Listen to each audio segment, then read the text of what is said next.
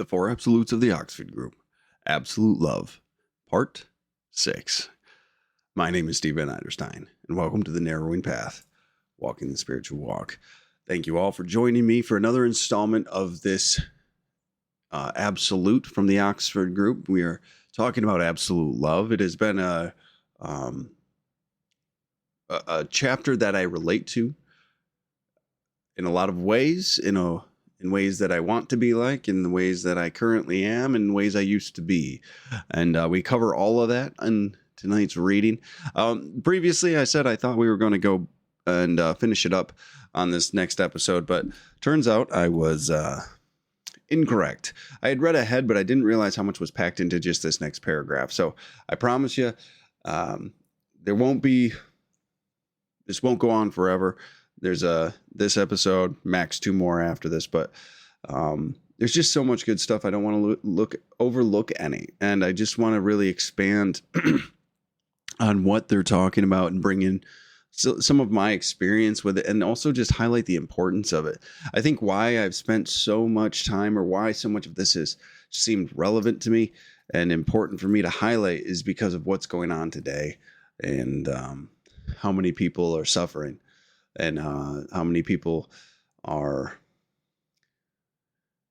in need of absolute love today. Wherever you are, whoever you are, whatever side of whatever divide you're on, there is a need for absolute love, and we'll talk a little bit about that today. So I'm really looking forward to this next reading, which is just the next paragraph where we left off last time. So we will be getting right to it. And this is the book we're reading. This is called What is the Oxford Group? This is a copy, first edition copy from 1934, and we are reading the chapter Absolute Love. We've already read and completed reviews of Absolute Honesty, Absolute Purity, Absolute Unselfishness, and this is the 4th Absolute of the Oxford Group that just keeps really bringing in gems and vital information. So let's go ahead and get to it. So again, absolute love from What is the Oxford Group? It is those of us who call ourselves Christians who must demonstrate what absolute Christ love is before the world will accept it. Who, whatever, or whoever we may be, must accept Christ's absolute love as the fountain from whence the essence of our being springs. Our endeavors to make Christ's love the very air which our souls breathe will be our best endeavors to make this world a better and happier place for all to live in. It is of no use to ourselves or to anyone to picture to ourselves perfect Christ love and what it could universally do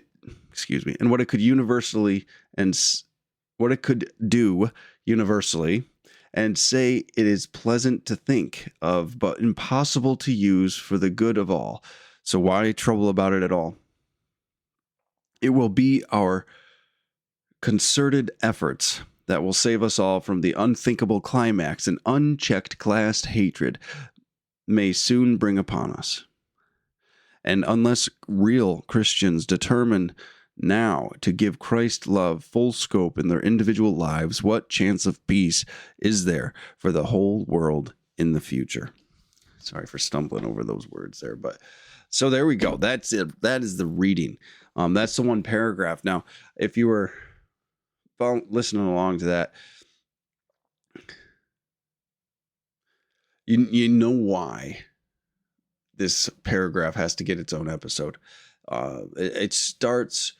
This paragraph is a great summation of why I do what I do, why I'm publishing these episodes, why I'm talking about the things that I talk about, why I read the things that I read, because hopefully putting this good into the world can help in some way and help navigate or inform people to how to continue to grow and progress and change so we don't get the same things over and over again. So I really loved how this section started off. It starts off with a statement of responsibility of those practicing absolute love. So it is those of us who call ourselves Christians who must demonstrate what absolute Christ love is before the world will accept it. Who, whatever, or whoever we may be, must accept Christ's absolute love as the fountain from whence the essence of our being springs. Now, I want to put a reminder here that I make an effort to try to keep it from drifting too far into one religious aspect or influence or another. But this book is heavily Christian. This book is heavily of Christian influence. So I want to just put in there that that reading I just did, that opening line of this, is to anyone who practices absolute love, to anyone who has a spiritual practice and has a spiritual understanding of the importance and the effectiveness of absolute love and why it is essential and vital to the world we live in today. This is something for you. This is a responsibility for you as well. It doesn't matter the specifics of your practice, of your religion, of your ideology, but if absolute love is involved, which almost all have absolute love involved, maybe by different names, they call it Christ love. There's righteous love. There's love of nature, right? Love of the world, the universe, whatever it is, wherever you're coming from, love of society, right? Wherever you're coming from, absolute love, if it's relevant to you, this applies. And so please just make an effort if you can to set aside the any prejudice you might have towards the Christian verbiage they use, because we don't want to lose the message here.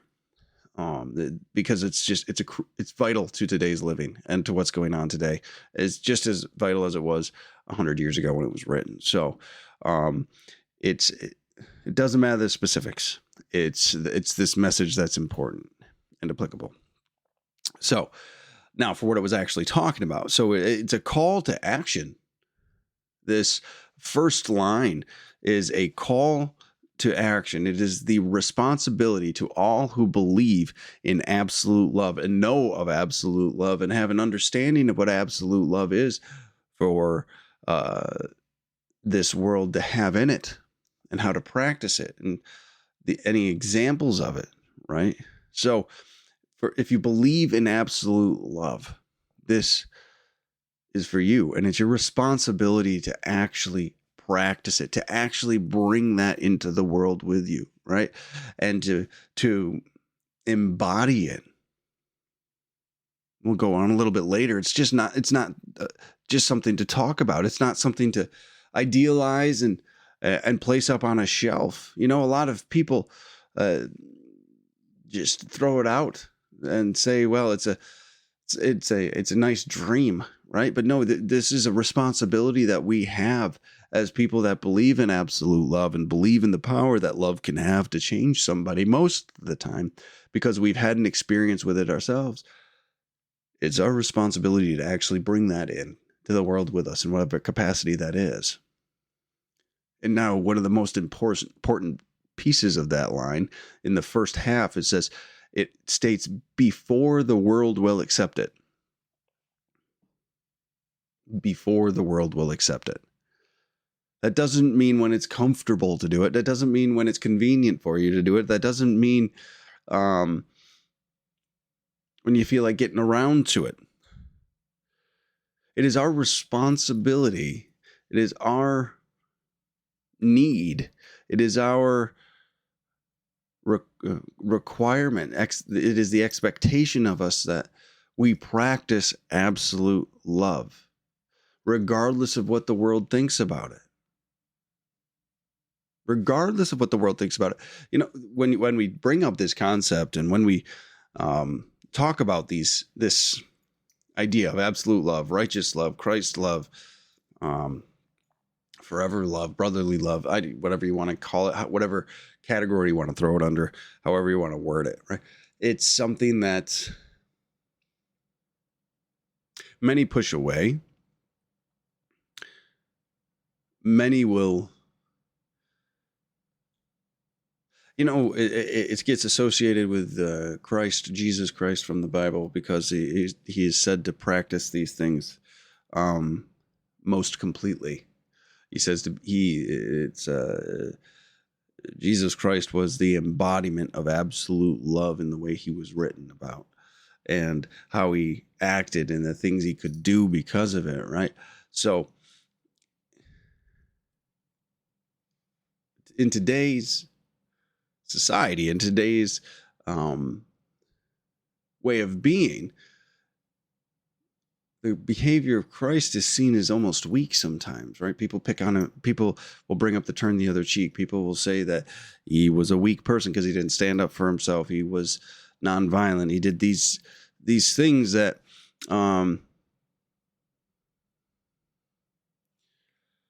people would view as someone who could be taken advantage of, that could be manipulated, or is weak or odd, or outside of the norm, that somebody that doesn't understand how the real world works, maybe. There's a lot of negative associations that get put with this absolute love, which make people feel like it's an unwelcomed behavior. And to be fair, it is an unwelcomed behavior, in the sense it is not a kind social terrain or cultural terrain to navigate when you are practicing absolute love, because people will target you. People will try to take advantage of you. People will be intentional to try and make you falter, and to poke holes in your claim of absolute love, or trying to practice it to the best of your ability, right? But it's our responsibility to do it anyway. Absolute love is not up for negotiation. It is not something that you get to just do once in a while because it seems like it'll be a good idea and it's convenient and it doesn't make you feel a certain type of way, and it doesn't get in the way with the appearance you want to give off to the world. It doesn't affect your reputation in a negative way. It doesn't make you feel vulnerable, right? None of that matters. We have to do this before the world will accept it. It means it is a requirement of us to bring it into the world. No one says it's going to be easy. No one says that we're not going to potentially be persecuted for it, or even attacked for it. But it's something we need to bring into the world. It's our responsibility to do it anyway. So regardless of how it's received, we are required to act this way. This is the actual true practice of faith and a belief. I think these words get thrown around quite a bit. I used to. I didn't realize the depth and weight of the words I was using for a long time, especially before I got into recovery and had a spiritual awakening. But even after that, I used belief and faith as such trivial terms, offhand remarks, even without even truly comprehending the depth and weight that they go to. And what it actually means to be acting in faith, what it actually means to hold a belief as something as truth, right? But this second half of the quote starts to speak about that, and it says that when it was talking about it has to be the fountain from which everything springs from within us, right? So it's every individual that practices this and claims to be, in this case, a Christian, or just a spiritual person that practices absolute love, must hold this principle of absolute love in their hearts, so that all actions and words and thoughts come from it. This has to be within you. This has to be something you exist in, or exists within you. This isn't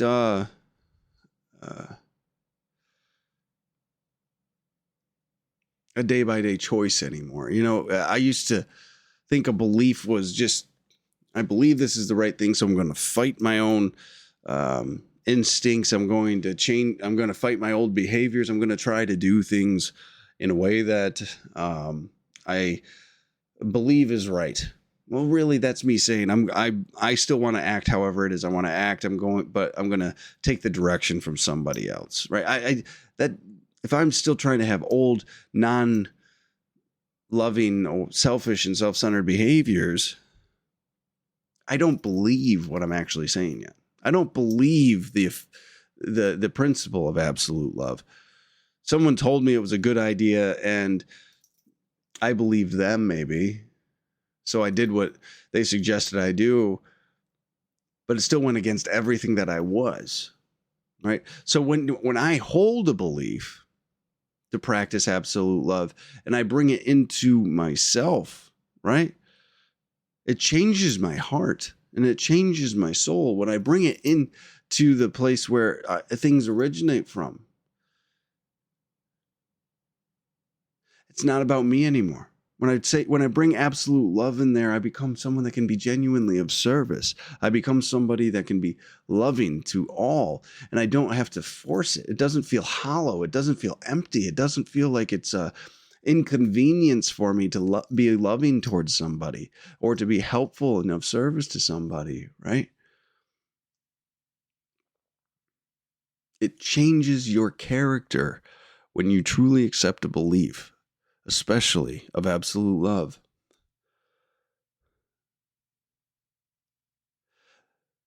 I didn't realize how important it was or what I was even really saying for a long time when I said I would believe in this or I'd believe in that. It was a hollow statement that I was making. Never a true knowing that it was truth or anything of that nature. So, but to get there, to actually try to hold that, to bring that belief into you, it takes effort. And I'm glad they didn't just dismiss the effort of it, right? Because it should just come naturally to people, because it doesn't come naturally. We have all these instincts and desires and all these motivations because of these physical bodies and these physical brains we've got, and these desires and wants that are animal in nature, right? And they say here, our endeavors to make Christ love the very air which our souls breathe will be our best endeavors to make this world a better and happier place for all to live in, right? So they're not saying here that it's going to be easy, it's going to be in our nature to do this. They're saying here that this is something we have to do, though. And this is the most important endeavor we'll undertake in our lives. And it actually should be on the top of our list to pursue, right? Of all the things that we can do to help people and to bring goodness and love into this world, this is the most impactful thing that we could do. Is to bring this into your heart, to make the absolute love the core of your being. That is the most important, because what it does is it takes anything else you could do and amplifies it. It makes everything else so much more effective. It instead of things having this hollowness to them, this forced sense of love or this sense of obligation to them, when you're coming from a place of absolute love, it is a natural thing to give, to love, to be kind, to help, and to be of service. And then, so every other endeavor you may undertake is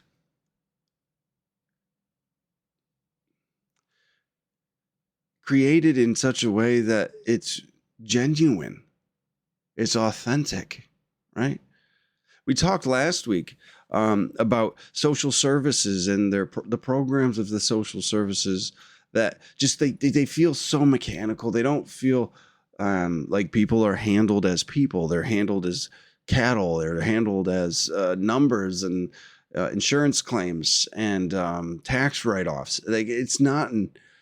It's just this uncomfortable gray area of we're helping you because we want to help you, but the reality of it is we're trying to make sure we keep the money going, or we keep this place open, or I get my paycheck, or whatever it is, right? There's so much to it that doesn't feel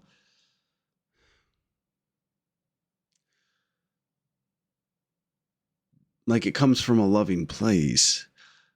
And people feel that. So when you come from absolute love, when you endeavor to put this into your heart and into your soul and function from there you connect with people so much more. People can feel that it's coming from a place of genuine desire to help and to be kind and to uplift, not because they're obligated to keep the numbers up. It is genuine. And what a beautiful thing that is.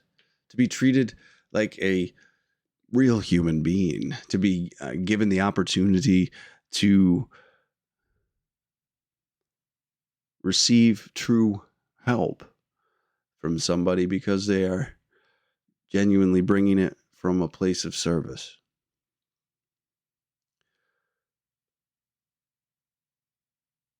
And it makes, and like I said, it's got this domino effect that allows everything else to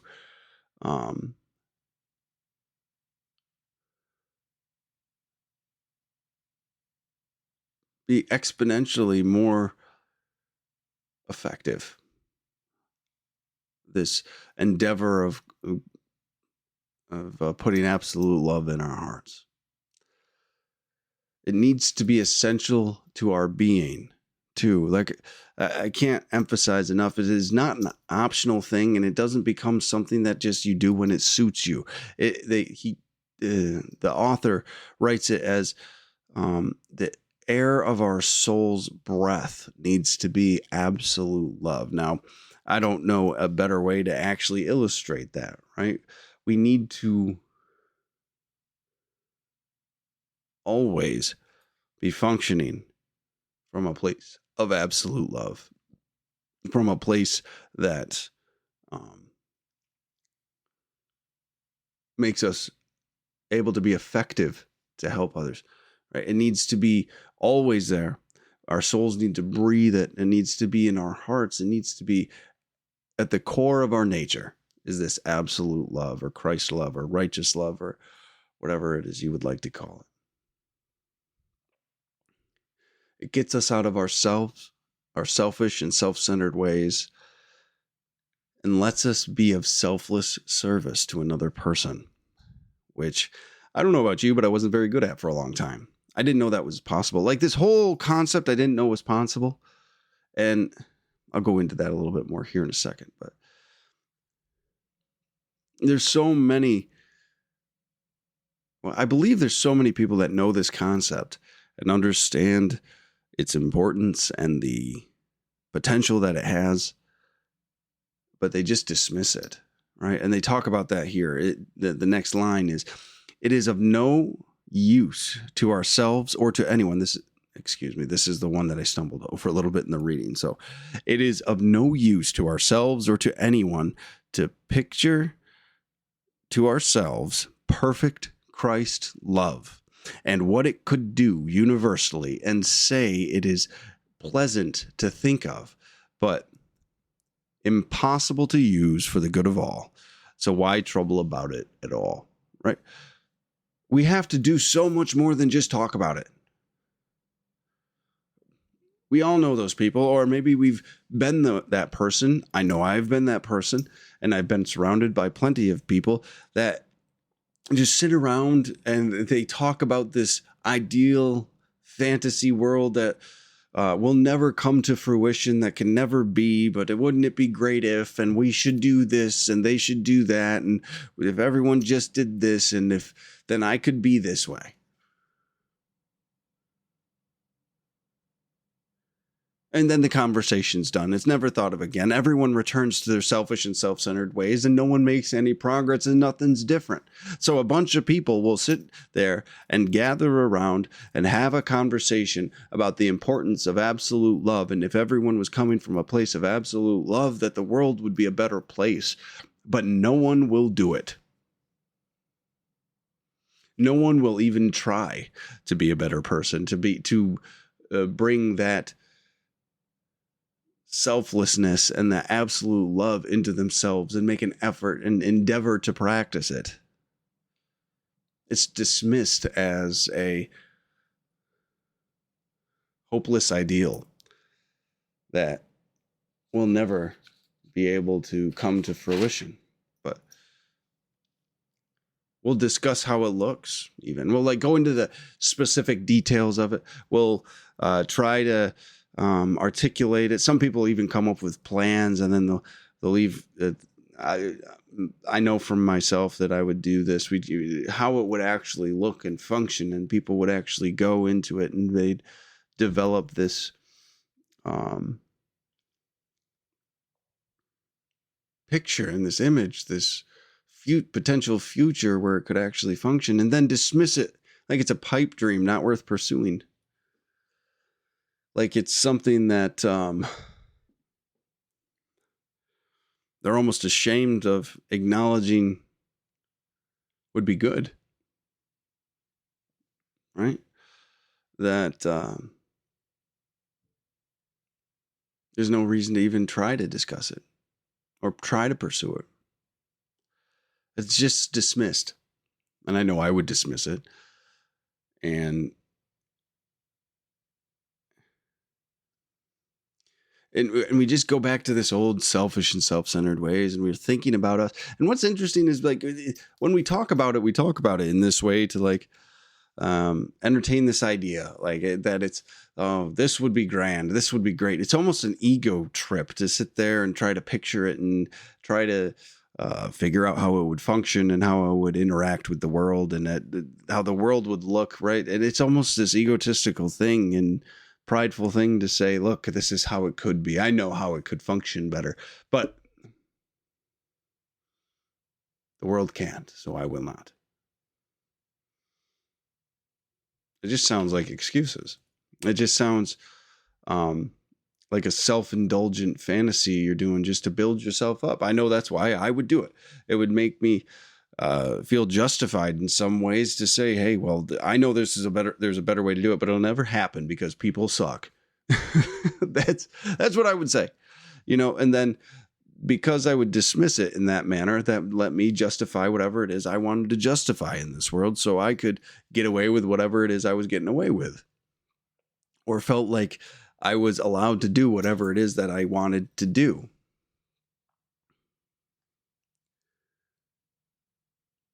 It was a head game I would play with myself and that other people would sometimes join in playing, right? Because they play the same game too. We've let so many opportunities pass us because of this, by just sitting around and talking about it and then dismissing it and not seeing the point and even trying, because what do I get out of it, right? I want to guarantee that if I do this, other people are going to do this. I want to be treated similarly if I start acting out of absolute love. I think it would be pointless if they didn't actually do it back to me, because I'm selfish and self-centered. So I'm not even going to try to do it. I'm not even going to try to bring that into this world, because I have no guarantee that the world's going to give it back to me. Well, the newsflash, you're probably not going to get it.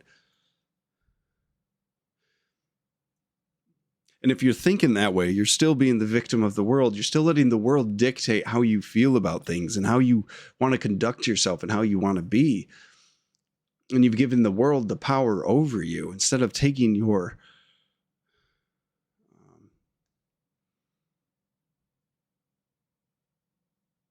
taking responsibility for your own self and deciding how you want to be and what you want to bring into this world.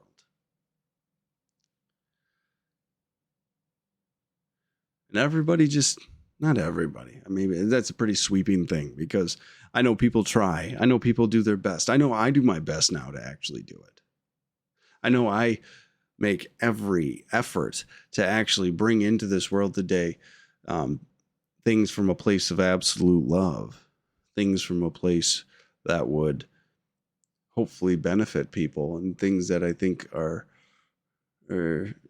coming from the right place without real thought or consequence to me. I try to do that as the best I can. So I can't say this is everybody. It was me for a while though. And it was many people that I've met that if they don't see the immediate payback for it, the immediate reward from doing something like this, they won't have the behavior. But like that first line said, we need to do it before the world accepts it. Because if we don't bring this into the world, it will never grow in the world for us to ever see it come back to us. And it's not our responsibility. It's not our entitlement to get that love from the world. We get that love from the God of our understanding, from the connection we have with a power greater than ourselves. And I don't care whether that's, the universe, Mother Nature, whether it's a deity, whether it's a Christianity or Islam or whatever it might be, whatever your practice is, whether you're an Eastern religion like Hinduism or Buddhism or whatever it might be, Taoism, whatever you are in service to is the place where you find that connection and that spirit of love and of absolute love. And you're supposed to, I truly believe it's our purpose and our responsibility is to bring that, to facilitate that absolute love being brought into this world through us. But we want to wait around instead for the world to give it to us. And then we might consider giving it back. Gosh, we are arrogant, aren't we? We are selfish, aren't we?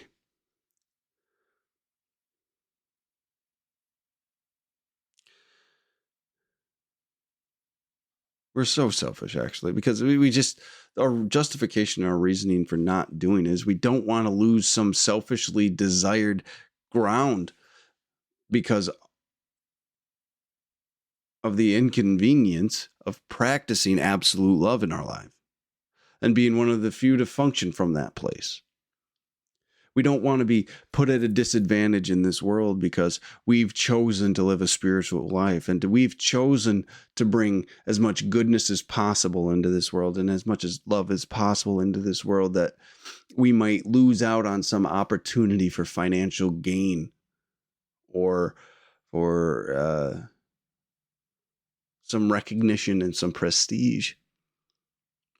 We're more concerned about our ego and our reputation and status and our materialistic gain than actually bringing the most valuable thing into this world, which is absolute love. We're so self-centered.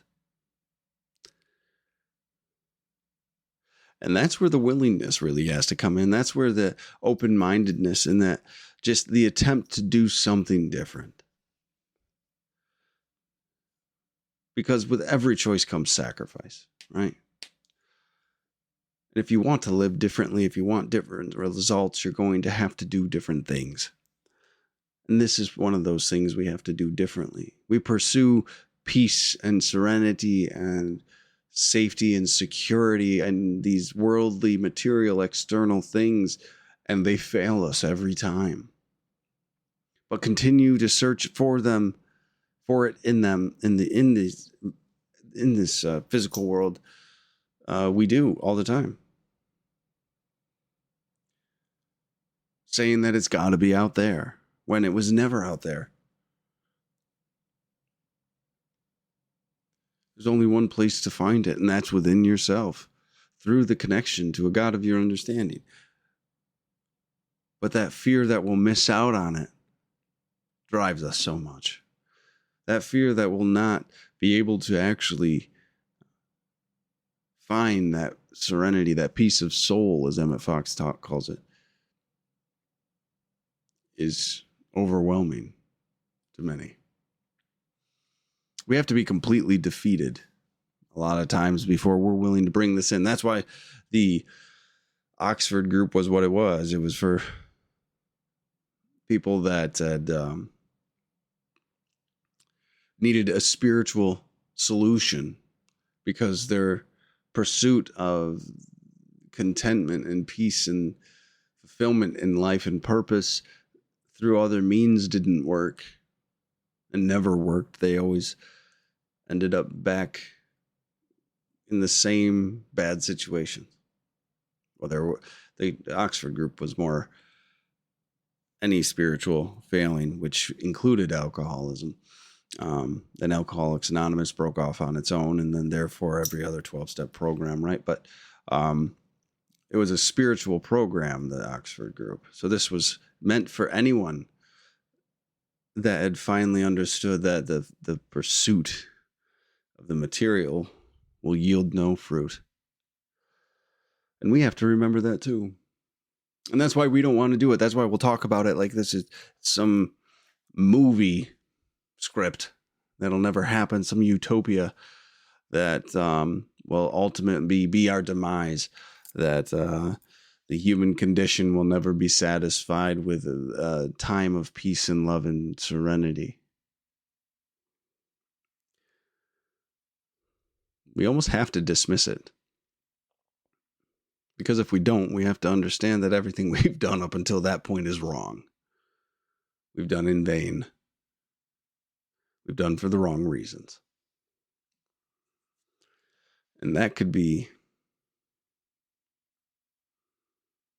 too painful for some to actually acknowledge.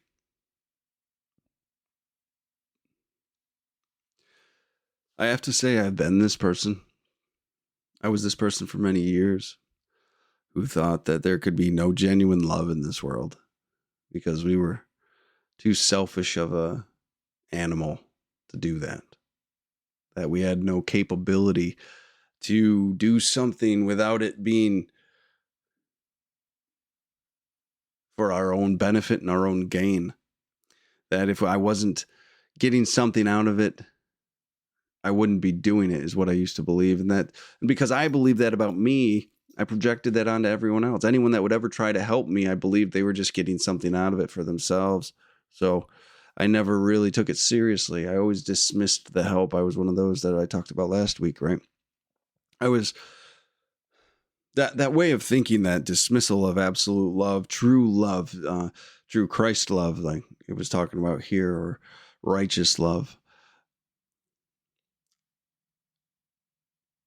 was because I was self-centered to my core. I was fearful. I was selfish, and it in turn produced this nihilistic mindset that because when you live that way, you constantly find yourself saying, "What's the point?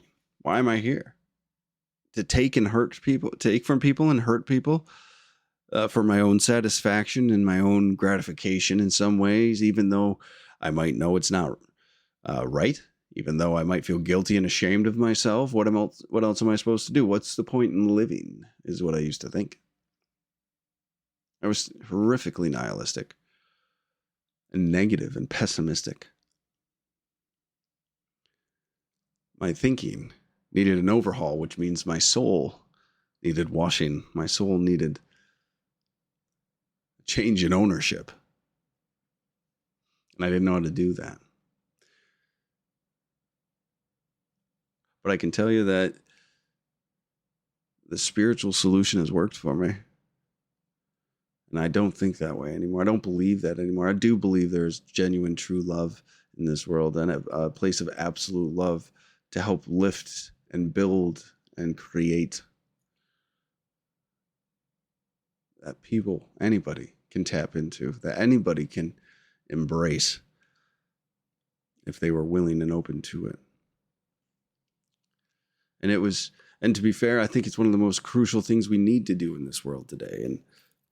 And this last line of the paragraph showed that they believed that too, back when they wrote this book in the 1930s. The last lines were, "It will be our concerted efforts that we will save us all." It will be our concerted efforts that will save us all from the unthinkable climax that unchecked class hatred may soon bring upon us. And unless real Christians determine now, to give Christ's love full scope in their individual lives, what more of peace is there for the whole world in future? I want to read something. I might have written that last. Excuse me. Oh, yeah. Individual lives. What chance of peace is there for the whole world in the future? Right? I totally misread my handwriting. If we do not do this, if people do not start taking this into their hearts, and people start practicing from this place, the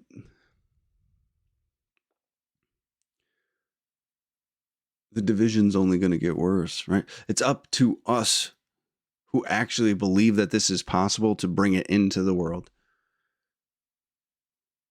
And not only is it up to us, not only is it our responsibility, is absolutely essential for this to happen, so we can help create a world where these flaring ideologies don't destroy us anymore.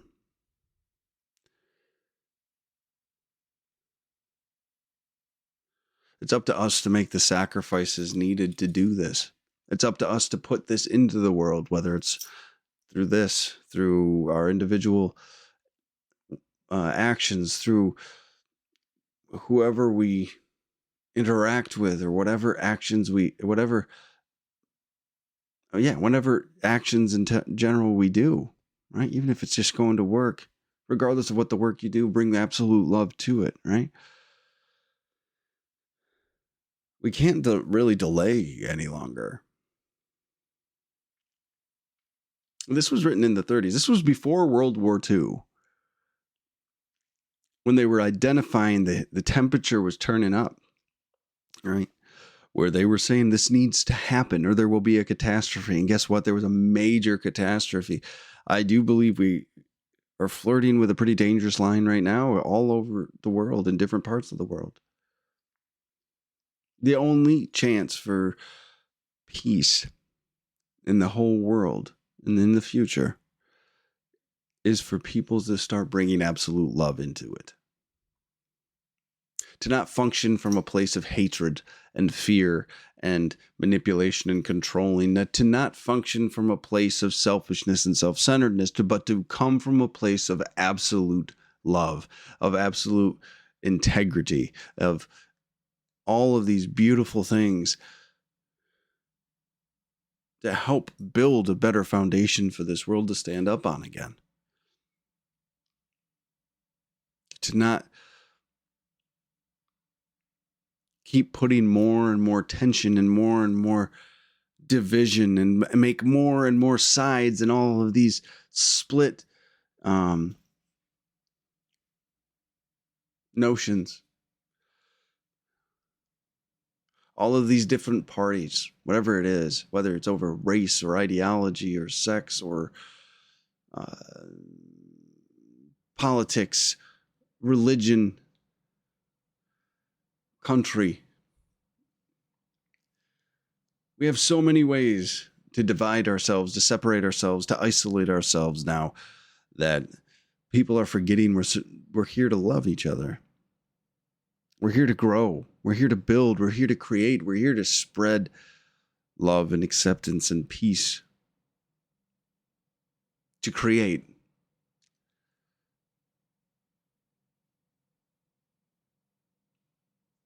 Not tear down. Not to harm.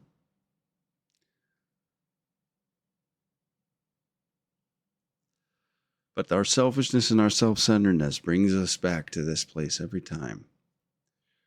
We're delusional. We're completely self-absorbed on an individual level that translates to bigger individual groups that are selfish and self-absorbed, which translates to different huge demographics that are selfish and self-centered, functioning from a place of fear and anger.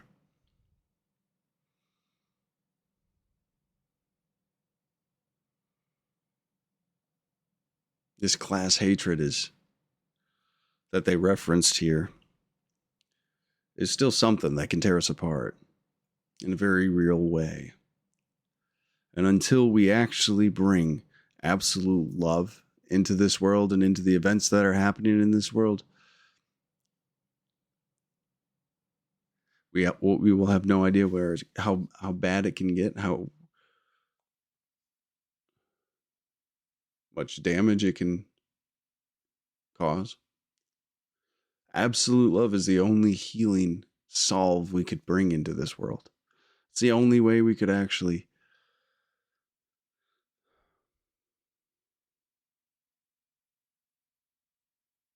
calm down these tensions. And the thing is, it needs to start with each one of us individually. It has to start with some personal accountability to bring absolute love with us wherever we go. To whoever we are dealing with, in whatever way that is.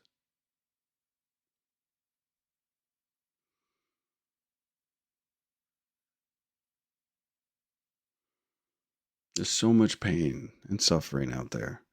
Why should we contribute to that when we can bring hope and kindness and faith and joy and freedom and love in every interaction we have?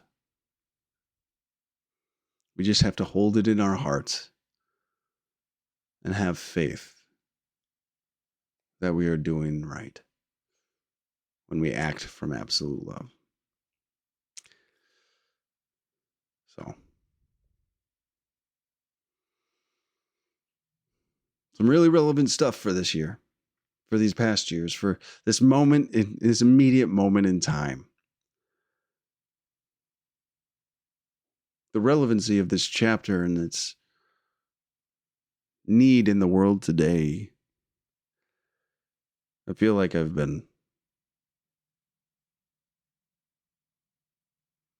reading exactly what I need to read to make sure I stay aligned with absolute love, that I am not pulled one way or the other, that I'm not pushed into a place of judgment and condemnation, but I stay in a place of compassion and empathy and love for everyone I come across.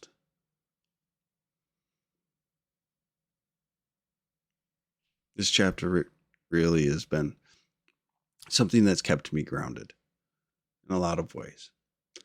So I hope you found it beneficial as well. Thank you all for reading another paragraph of this absolute love chapter with me. I really appreciate your time and the dedication to the channel and the support. So please go ahead, like, follow, subscribe, share, all of that good stuff on YouTube, Spotify, Facebook, Instagram, TikTok, Apple Podcast, wherever you're listening from. Just know that I appreciate you, that I love you, and we're all going to get through this. And if we bring some absolute love into this world, into our hearts, and then into this world, who knows what we can do. So next week we'll do another. I think it'll be 2 more episodes after this. One more of a paragraph, and then the 2 paragraphs of the book. So we'll be chugging right away at it, and I'm looking forward to it. So until next time, thanks.